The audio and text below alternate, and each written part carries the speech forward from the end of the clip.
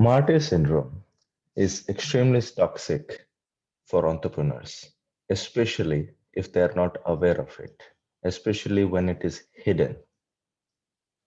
We are learning here about emotional fitness.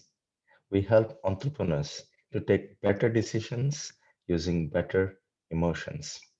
If you haven't yet subscribed, be sure to subscribe, hit the bell icon, and share it with a friend who can benefit from this video. What exactly is Martyr syndrome? In general, when someone does so much that it is actually affecting him or her in a negative way, that is referred to as martyr syndrome. You're being a martyr to something or some cause, irrespective of the outcome. And in the long run, you are actually hurting yourself and in general, even the cause as well, because there are better ways to help. And this is why it is called a syndrome. There is a perception bias that you think that if you do this way, things will improve, but still they don't. And why do entrepreneurs fall into this trap? Now, many of the entrepreneurs are trying to prove something. They're trying to understand and to show that what they are saying means something. And they take pride in being a lone wolf. Now, this is not a bad thing to start with, but in general, when they start to do this at the expense of their team, close family members, friends, they're so busy trying to prove this to someone, especially themselves, that they're feeling happy about doing the wrong thing. And that is where it starts going towards a problem. It's always good to be the best in the company. You are the founder, you are the leader, you do more than anyone else. But there is a point at which there are other things to do. Other experts can help you. Team members are also equally committed. You can find ways to delegate. You can see the priority framework that we discussed, how to delegate, how to make sure that the work gets done. But what happens is, because we are in an entrepreneurial world, it is already being skewed by the amount of pressure we have versus the amount of passion we have.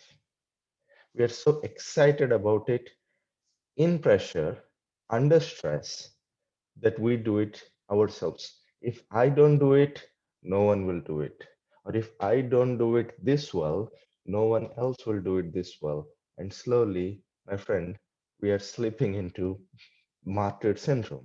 And that is going to affect us as well as our close people in a negative manner. In many places, especially in entrepreneurship, we conceal our negative thoughts with passion, with excitement. We might be really, really panicking, but because we believe in the cause so much, and this is where the word martyr comes, because it is always related with the cause, with the passion, why you are doing what you're doing. You're so wedded to that cause that you are not able to catch yourself in what is that negative thought. You think it is normal. It is normal to be distressed. It is normal to be angry. It is normal to shout. No, we have already gone to the red zone. It is not normal. And we have to start catching those negative thoughts. They need not be concealed anymore. Many of the entrepreneurs, even famous ones, they create an alternative version of reality around them. Of course, they see the world differently. That's what makes people entrepreneurs. They are visionary. But if it is at the cost of your peace of mind, if it is at the cost of your friends and family and team members in the company, in the startup that you're working with, that's not going to help you in the long run. Think about it. If your alternative reality, whatever you are trying to create, is helping you but hurting others, or is even hurting you in the long run, is it worth doing it? Or is it just a temporary solution that is helping you wade through this, but in the long run, you're still going to get hurt? That is the criteria whether that alternative reality is taking you in the wrong direction or in the right direction. Of course, you can create an alternative reality that really pushes you up, that really is helping your team members, that is helping you. You know the vision, you can see something that no one else can see. Good for you. But if it is not, be honest with yourself and see, is it just a, a glorified excuse? Now, many of the entrepreneurs don't behave like martyrs at all times. There is something else working in the background which we need to be aware of, which is the purpose of all these videos, that we need to see where the perception biases are, where our mental health has started deteriorating. Because in many cases, these people actually do it out of a good intention. At the same time, they are also seeking some level of praise, some level of acceptance. There is something else that they're expecting silently without saying. And what happens is they start oscillating between extreme narcissism and, and being a martyr. It is strange, but if you have been in a startup with such a person, you might know what I'm talking about. And think about your own self, because there are times in which we behave like a great martyr or a great dashhole. And that may not be even intentional. And sometimes it is with the best of intentions. But remember, if it is not helping you, it is not helping your team, if it is not helping your customer, is it worth doing it? What can you do about it?